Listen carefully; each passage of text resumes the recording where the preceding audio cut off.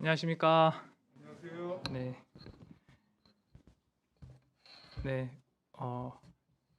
오늘 저와 여러분이 손을 들면 이스라엘이 이기고라는 제목으로 출애굽기 17장 1절에서 16절 말씀 함께 보도록 하겠습니다.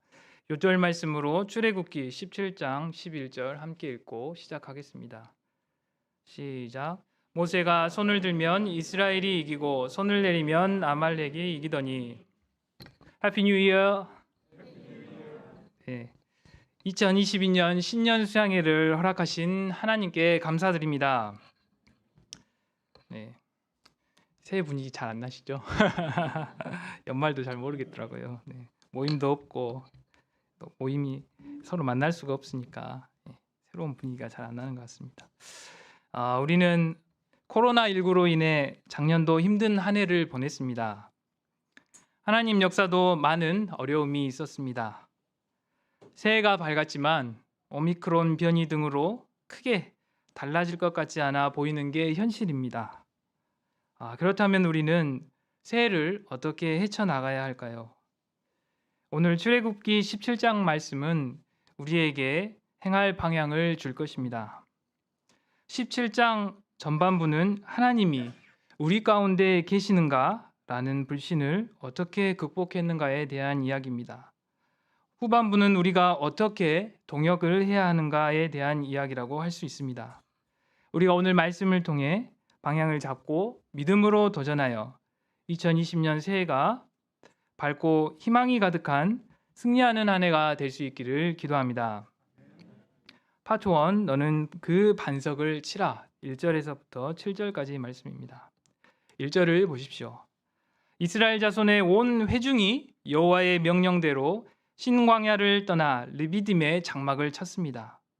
이스라엘 자손의 온 회중은 하나님을 예배하며 섬기는 백성들입니다. 여호와의 명령을 따라 움직였다는 것이 이를 잘 설명해 줍니다. 이스라엘 백성들은 하나님의 인도하심에 따라 르비딤에 도착을 했습니다. 르비딤은 오아시스가 있던 지역이었습니다. 그런데 이스라엘 백성들이 거기서 장막을 쳤을 때 오아시스가 말라서 물을 얻을 수가 없었습니다. 광야에서 물이 없는 것은 생명과 직결된 심각한 문제입니다. 하나님이 인도하시는 길이라면 문제가 없고 평탄해야 할 것 같습니다.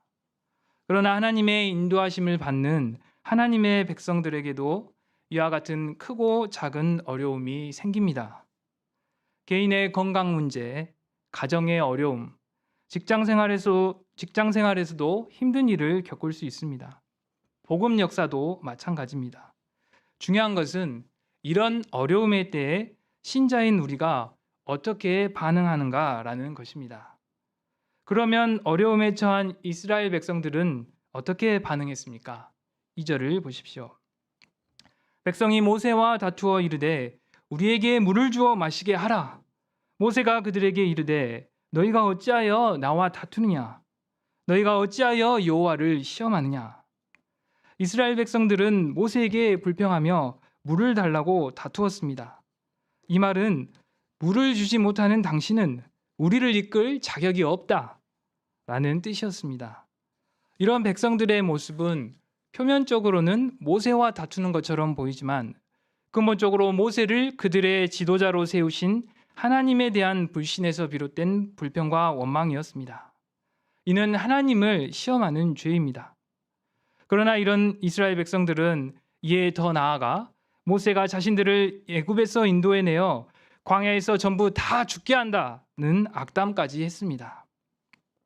신명기 8장 2절에서 하나님은 내 하나님 여호와께서 이 40년 동안에 내게 광야길을 걷게 하신 것을 기억하라.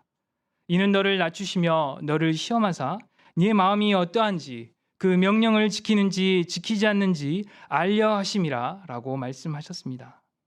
하나님은 이런 시험과 어려움을 통해 이스라엘 백성들의 마음이 어떤지 알고자 하신 것입니다. 그리고 그들이 어떤 상황 속에서도 하나님을 신실하게 믿고 의지하는 것을 배우기를 원하셨습니다. 실제로 그들은 지금까지 힘든 상황에서도 늘 함께 하시는 하나님을 체험했습니다. 하나님은 애굽을 열재앙으로 치시고 홍해를 갈라 육지처럼 건너게 하심으로 출애굽의 은혜를 체험하게 하셨습니다. 마라의 쓴 물을 마실 수 있는 생수로 바꿔주시고 하늘에서 만나를 내려 친히 먹여주신 기적도 베풀어 주셨습니다. 물이 없다고 다투고 있는 지금 이 순간도 하나님께서 구름 기둥과 불 기둥으로 함께하고 계십니다. 그러나 그들은 지금 당장의 상황이 어려우면 이 하나님을 잊고 불신에 빠지고 원망을 하였습니다. 지금 자기들의 가족과 가축들이 목말라 죽을 것 같았기 때문입니다.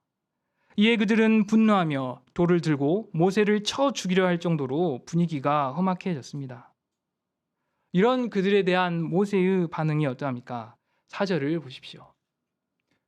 모세가 여호와께 부르짖어 이르되 내가 이 백성에게 어떻게 하리이까? 그들이 조금 있으면 내게 돌을 던지겠나이다. 모세도 이 상황을 생각하면 절망스러웠습니다. 그러나 그는 이때 하나님께 부르짖어 간절히 기도했습니다. 모세는 하나님만 바라보았습니다. 그러자 하나님이 모세에게 말씀하셨습니다. 5절, 6절 상반절입니다. 여호와께서 모세에게 이르시되 백성 앞을 지나서 이스라엘 장로들을 데리고 나일강을 치던 네 지팡이를 손에 잡고 가라. 내가 호렙산에 있는 그 반석 위 거기서 내 앞에 서리니 너는 그 반석을 치라. 그것에서 물이 나오리니 백성이 마시리라. 하나님은 모세에게 그 지팡이로 그 반석 곧 그 바위를 치라고 명령하셨습니다. 그러면 거기서 물이 나올 것이라고 말씀하셨습니다. 여러분, 바위에서 물이 나온다는 것이 있을 수 있는 일입니까? 네, 있을 수 없죠. 네, 있을 수 없는 일입니다. 그러나 모세가 믿음으로 반석을 쳤을 때 거기서 물이 콸콸콸 쏟아져 나와 200만 명의 많은 백성과 가축들이 마음껏 마시게 되었습니다. 아멘. 하나님은 이렇게 바위 덩어리에서도 엄청난 물이 쏟아져 나오게 하시는 분이십니다. 아멘. 하나님은 하나님의 인도하심을 따라 인생 광야길에 나온 자기 백성들의 필요를 이렇게 돌보아 주셨습니다. 하나님의 백성이라도 그 삶의 여정에 어려움은 항상 가끔씩이 아니고 항상 있습니다.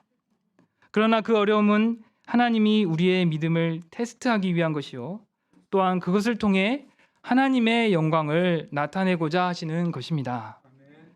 문제는 우리가 모세와 같이 믿음의 지팡이로 하나님의 지정하신 반석을 치느냐 하는 것입니다. 우리가 사는 시대는 불신의 시대입니다. 신앙보다는 이성으로 판단하고 한계에 부딪히면 원망하고 불평합니다. 크리스천들도 자신의 생각에 계산을 하고 머리를 굴려서 형편이 어렵고 답이 안 나오면 과연 하나님이 우리들 가운데 계신가 하며 쉽게 불신에 빠집니다. 우리는 전대미문의 코로나19라는 엄중한 상황에 처하게 되었습니다. 교회에서 집단 감염이 발생하고 최근에는 한 목사님이 나이지리아에 다녀왔다가 오미크론 감염 판정을 받는 등 교회는 사회로부터 격렬한 비난을 어느 때보다 더 많이 받고 있습니다.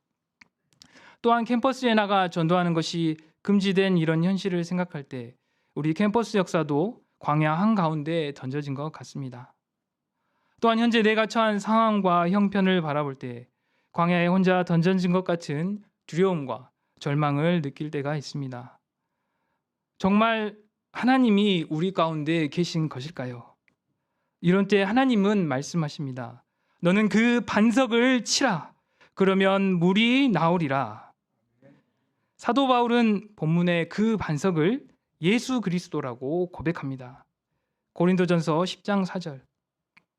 다 같은 신령한 음료를 마셨으니 이는 그들을 따르는 신령한 반석으로부터 마셨음에 그 반석은 곧 그리스도시라.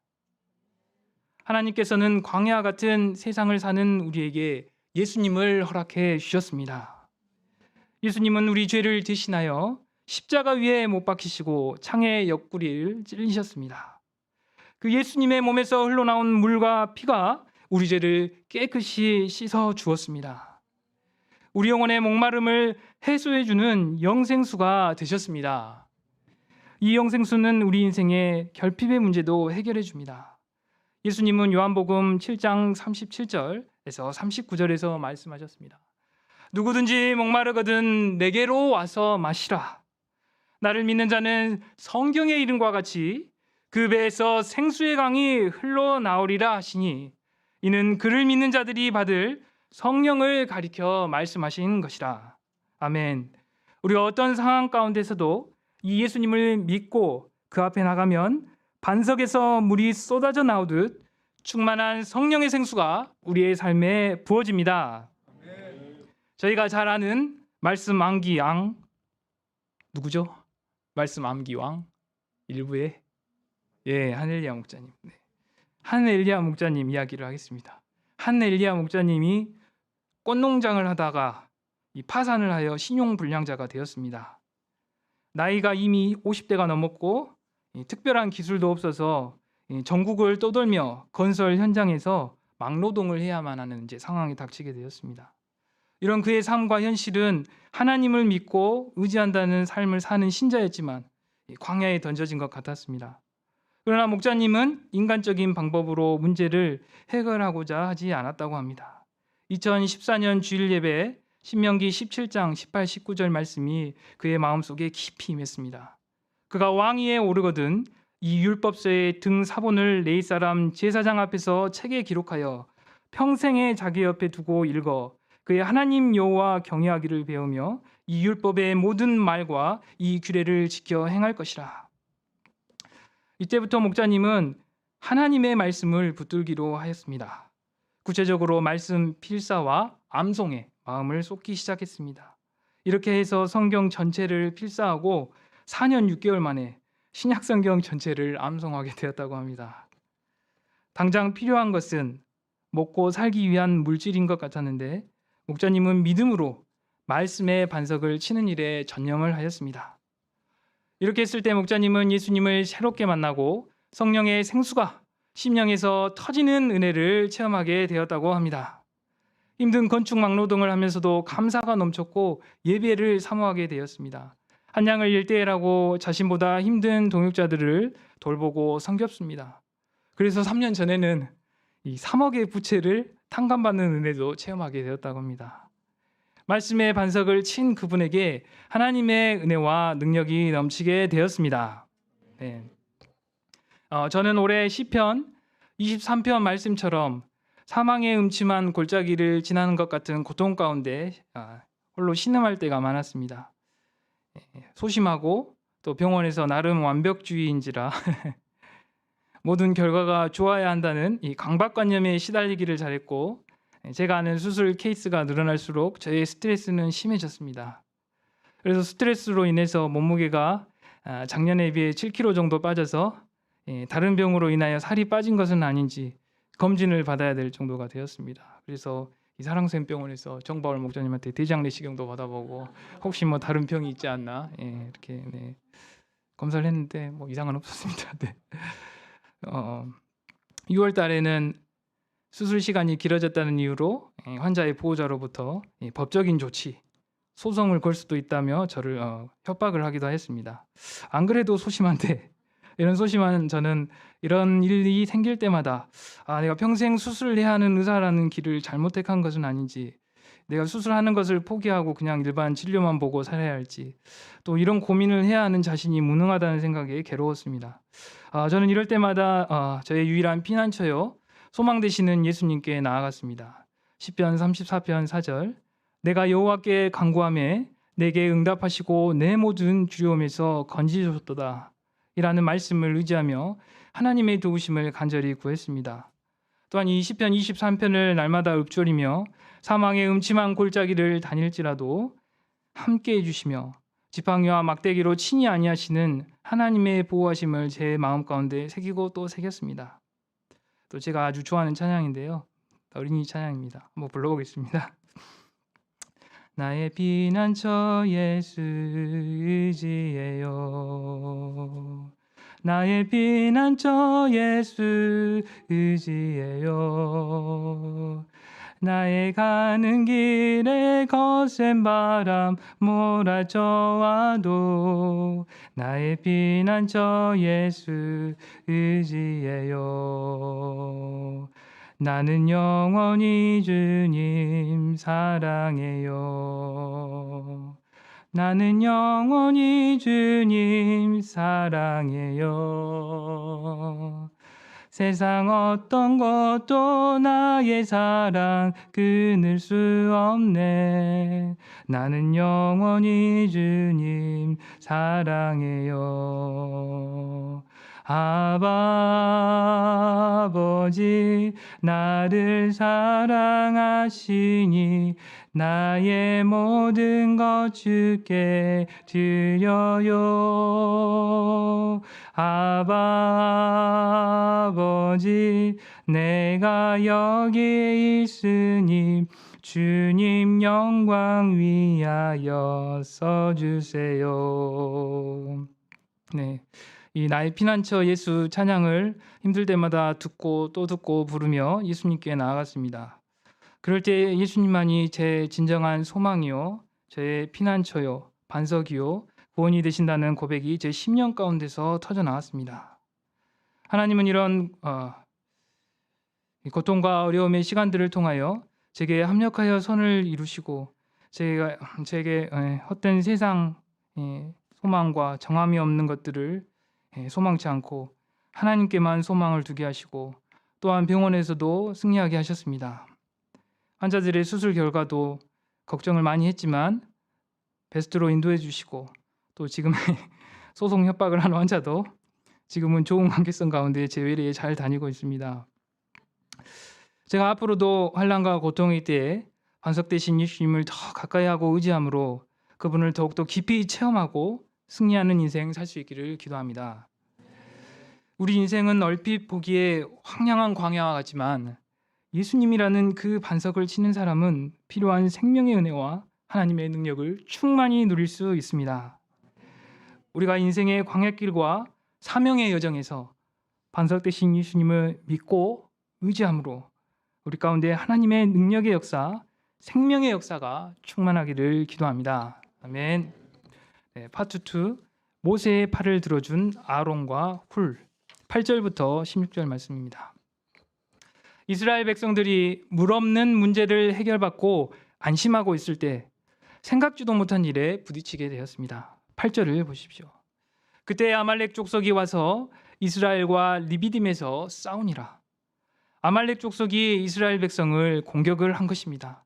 내면의 불신 문제가 해결이 되니 이번에는 바깥에서 실제적으로 싸움이 필요한 문제가 생기게 된 것입니다. 9절을 보십시오. 모세가 여호수아에게 이르되 우리를 위하여 사람들을 택하여 나가서 아말렉과 싸우라. 내일 내가 하나님의 지팡이를 손에 잡고 산 꼭대기에 서리라. 모세는 여호수아를 전쟁의 지휘관으로 임명하여 백성들을 이끌고 나가 싸우도록 했습니다. 사실 이스라엘 백성들은 지금까지 전쟁을 한 번도 해보지 않은 백성들이었습니다. 그들은 며칠 전까지만 해도 애굽에서 노예 생활을 하였던 노예 백성이었기 때문이었습니다. 그들이 나가 싸움에 능한 아말렉 사람들을 이긴다는 것은 결코 쉬운 일이 아니었습니다. 그러나 명령을 받은 여호수아는 지체하지 않고 백성들을 이끌고 나가 싸웠습니다. 그들은 방금 반석에서 나는 물을 마셔서 그런지 스피릿이 충만했습니다. 이때 모세는 그 지팡이를 들고 기도하기로 한 것입니다. 여호수아는 모세의 방향에 순종해 믿고 싸우는 현장으로 나아갔고 모세는 하나님을 믿고 기도하기로 하였습니다. 모세는 아론과 훌과 함께 산 꼭대기로 올라갔습니다. 거기서 모세는 목숨 걸고 싸우는 여호수아와 백성들을 바라보며 하나님의 지팡이를 잡은 손을 높이 들었습니다. 그런데 10절 후반절 11절을 보십시오. 모세와 아론과 훌은 산꼭대기에 올라가서 모세가 손을 들면 이스라엘이 이기고 손을 내리면 아말렉이 이기더니 모세가 손을 들어 하나님을 의지할 때 하나님께서 이스라엘 백성이 이기게 하셨습니다. 반면 피곤하여 손을 내릴 때는 아말렉이 이겼습니다. 이것은 전쟁의 승패가 모세의 기도의 팔에 달려있음을 보여줍니다. 전쟁은 여호와께 속했기 때문에 전쟁의 승패는 사람의 많고 적음이나 무기와 전략에 따라 결정되는 것이 아니라 하나님께서 능력을 나타내시면 승리하게 됩니다. 그런데 모세가 나이가 나이인지라 팔이 피곤하여 그래도 80세 아닙니까? 110살까지 사셨지만 오랫동안 손을 들 수 없게 되자 함께 있던 아론과 훌이 나섰습니다. 그들은 돌을 가져와 모세를 앉게 하고 자기들은 각자 이쪽과 저쪽에서 모세의 팔을 붙들어 올렸습니다. 그렇게 하자 해가 지도록 모세의 손이 내려오지 않았습니다. 그 결과가 어떠했습니까? 13절을 보십시오. 여호수아가 칼날로 아말렉과 그 백성을 쳐서 무찌르니라. 여호수아 백성들은 아말렉 족속을 무찌르고 승리할 수 있었습니다. 우리는 아말렉과의 전쟁에서 이스라엘이 승리할 수 있게 한 두 가지 비결을 생각해 볼 수가 있습니다. 첫째, 여호수아가 군사들을 이끌고 전쟁터에 나가 용감하게 싸웠기 때문입니다. 하나님의 일을 성취하기 위해서는 여호수아처럼 현장에서 믿음으로 싸우는 사람들이 있어야 합니다. 한때 캠퍼스 영혼들이 저희 UBF를 뭐라고 불렀게요? 아시죠? 주혜 목자님 하셨죠? 윈니 목자님, 울트라 본드 패밀리. 네네. 다 아시죠? 잘 모르세요? 지화 목자님 처음 들어보시는 거 표정이. 네. 실제로 제가 이렇게 강의실에 있어가지고 친구들 어떻게 이렇게 좀 해서 목자님 만나게 해주려고 하면은 울트라 본드 패밀리라고 막 그랬어요. 그래가지고 징하다고 전라도 말로 징하다고 하는데 그렇게 부를 때가 있었습니다. 왜냐하면 목자님들이 이 뿔개미와 같은 정신으로 이 캠퍼스 영혼들에게 적극적으로 끈질기게 복음을 전하기 때문입니다. 그래서 이제 잘하시는 일한데요. 이럴 때 꼭 써야 되니까. 과거 우리 박마리아 사모님께서 의대에서 복음을 전할 때 한 의대생이 큰 목소리로 이렇게 외쳤다고 합니다. 아줌마가 마음대로 의대에서 돌아다닌다라고 이렇게 공개적인 수치를 주었다고 합니다. 이제 얼마나 기분 나쁘셨겠어요. 그래도 교수님 사모님인데 그럼에도 불구하고 어떻게 하셨을까요? 계속 나가셨죠. 계속 나가서 복음을 전했을 때 그 수치를 주었던 형제가 나중에 우리 모임에 이제 목자로는 안 남았겠지만 나왔다고 합니다. 믿음의 승리의 체험 아닙니까? 또 지금도 여전히 코로나로 인하여 캠퍼스에서 복음을 전하기 무척 어려운 상황인데 관계전들을 통해서 적극적으로 복음을 전하시니까 많은 학생들을 얻고 또 계속해서 돕고 있습니다. 그리고 제가 정말 은혜를 받았던 건데 이 최이삭 강그레이스 선교사님이 이 짧게 본국에 본인들의 일로 머무르셨는데 그 기간 동안 코로나 상황임에도 불구하고 캠퍼스에 나가서 복음을 전하고 양을 얻어가지고 목자님들에게 연결시켜주고 기욱하는 모습을 보여줬습니다. 나는 여기에 있는데 캠퍼스에 나가는 것조차 심하지 않는데 나가셔가지고 양을 얻어가지고 일대일하고 넘겨주고 가시는 걸 봤습니다. 하나님은 이렇게 여호수아처럼 믿음으로 현장에 나가 싸우는 사람을 통해 일하십니다. 힘들고 어려운 상황의 때가 바로 믿음의 빛을 발하고 하나님이 친히 일하실 때입니다. 저희가 여호수아처럼 또 이 믿음의 훌륭한 선배들처럼 현장에서 파이팅 스피릿을 가지고 믿음의 선한 싸움을 하는 자들이 될 수 있기를 간절히 기도합니다. 둘째, 모세와 아론과 훌의 합심 동역과 기도입니다. 아무리 믿음 있고 훌륭한 지도자라도 누구나 부족함이 있고 연약할 수 있습니다.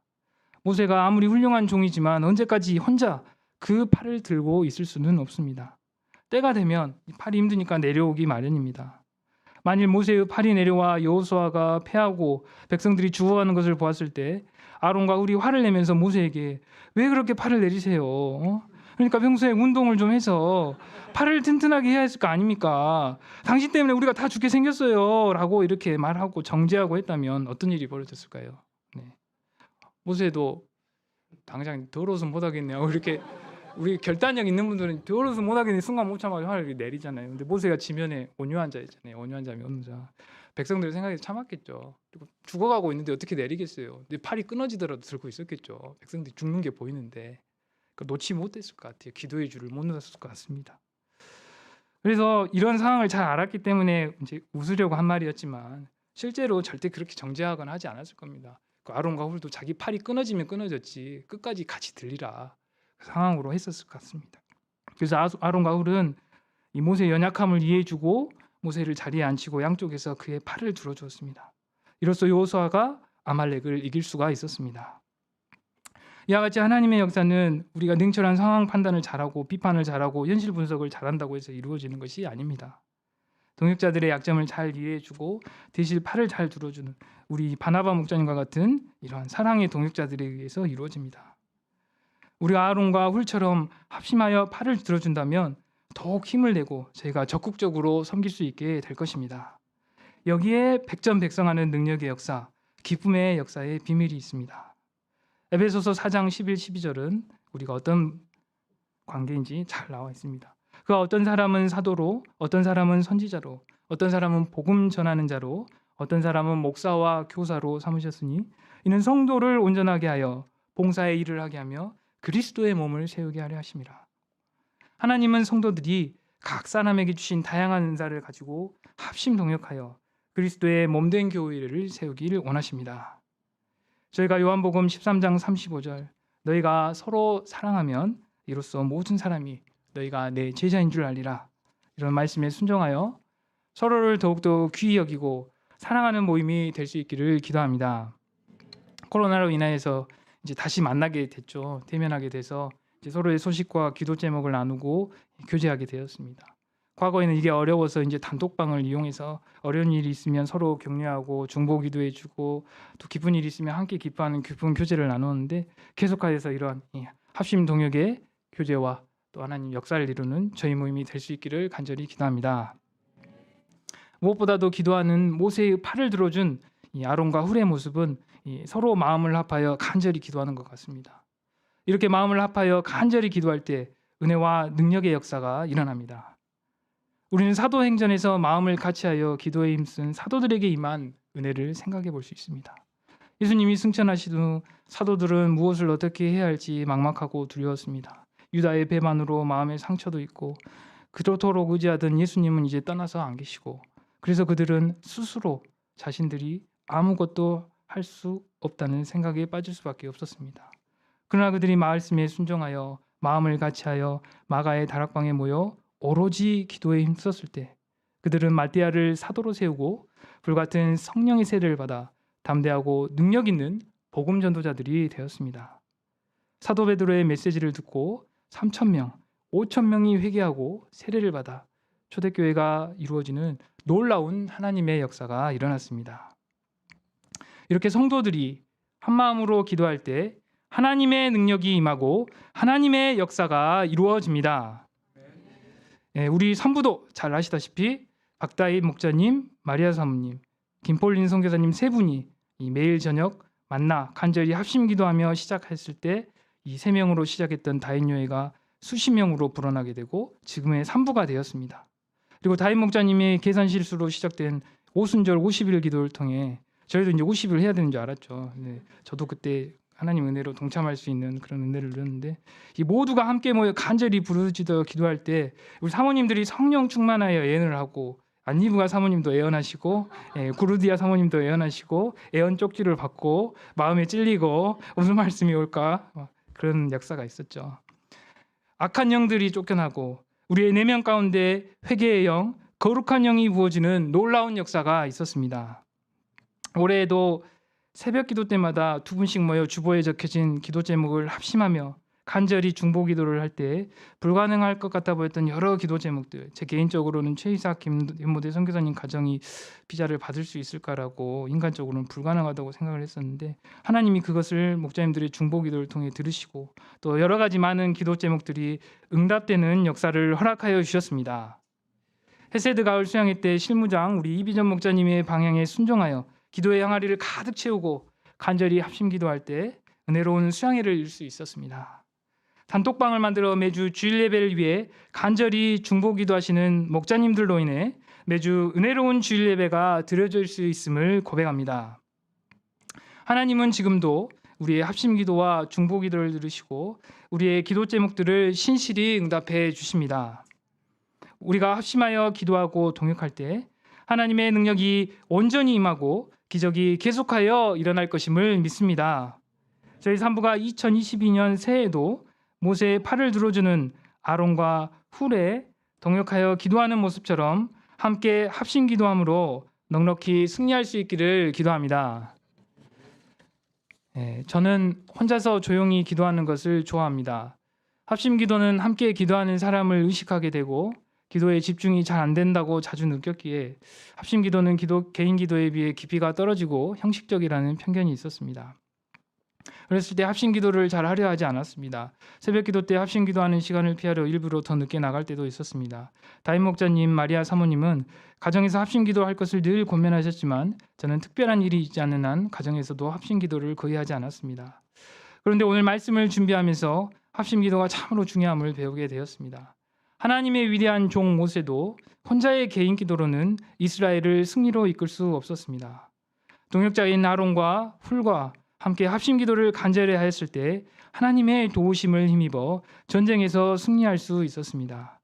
이를 통해 동역자들과 함께 모여 간절히 간구하는 합심 기도의 능력과 역사가 참으로 크고 놀라움을 배우게 됩니다. 예수님은 마태복음 18장 19절에서 말씀하셨습니다.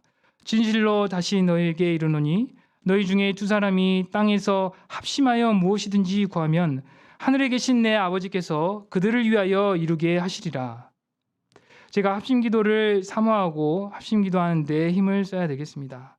가정에서 새벽 기도할 때, 수요 예배 후 여러 가지 합심 기도 등 제가 모일 때마다 동역자들과 적극적으로 합심 기도하여 합심 기도의 능력을 배우고 체험하는 자가 될 수 있기를 간절히 기도합니다. 14절에서 하나님은 이스라엘의 백성들의 승리를 책에 기록하여 기념하도록 하셨습니다. 또한 여호수아의 귀에 외워 들리라고 명하셨습니다. 그 이유가 무엇입니까? 여호수아는 장차 모세를 이어 이스라엘 백성의 지도자가 되어 가나안 전쟁을 이끌어야 합니다. 그때 전쟁의 승패는 오직 하나님께 달려있다는 사실을 믿고 담대하게 싸워야 함을 가르치기 위해서입니다. 모세는 첫 싸움에서 승리를 주신 하나님께 제단을 쌓고 그 이름을 여호와 니시, 여호와는 나의 깃발이라고 불렀습니다. 깃발은 그 군대를, 그 집단을 대표하는 상징물입니다. 여호와가 나의 깃발이라는 것은 이스라엘의 군대는 여호와가 대장이시며 이 여호와 하나님만을 의지하여 싸우는 군대라고 선포하는 것입니다. 동시에 이 하나님이 앞으로도 계속해서 이스라엘의 깃발이 되어 이스라엘과 함께 싸워주실 것이기 때문에 어떤 전쟁에서도 승리할 것이라는 선언입니다. 결론적으로 새해에도 캠퍼스 역사를 섬길 때 분명 광야를 지나는 것과 같고 아말렉 족속처럼 강한 대적이 있어 힘들 것입니다. 또한 우리의 삶의 여정 또한 그럴 수 있을 것입니다. 이런 현실에서 우리 모임이 여호수아와 같이 하나님을 믿고 두려움이 없이 나가 싸우는 파이팅 스피릿을 가질 수 있기를 기도합니다. 또한 기도하는 모세, 동역하는 아론과 훌과 같이 마음을 같이하여 서로 동역하고 기도에 힘줄 수 있기를 기도합니다. 저희가 1월 3일 월요일부터 시작하는 성령 충만 심야 기도에 적극적으로 동참하여 기도해야 되겠습니다. 그럴 때 하나님께서 우리와 함께 하시고 승리를 주셔서 하나님의 깃발을 높이 드는 새해가 될 수 있기를 간절히 기도합니다. 요절 말씀으로 출애굽기 17장 11절 함께 읽고 제가 기도하고 마치겠습니다. 시작. 모세가 손을 들면 이스라엘이 이기고 손을 내면 아말렉이 이기더니. 사랑하는 하나님 아버지, 예수 그리스도만이, 당신의 말씀만이 오직 우리 인생의 영원한 반석이시오 능력이 되심을 믿고 고백합니다. 제가 이 예수님을 믿는 믿음으로 도전하고 동역하고 합심 기도함으로 저희 가운데 허락하신 믿음의 약속들을 성취하고 승리하는 한 해가 될 수 있기를 간절히 기도합니다. 감사하며 예수님의 이름으로 기도하였습니다. 아멘.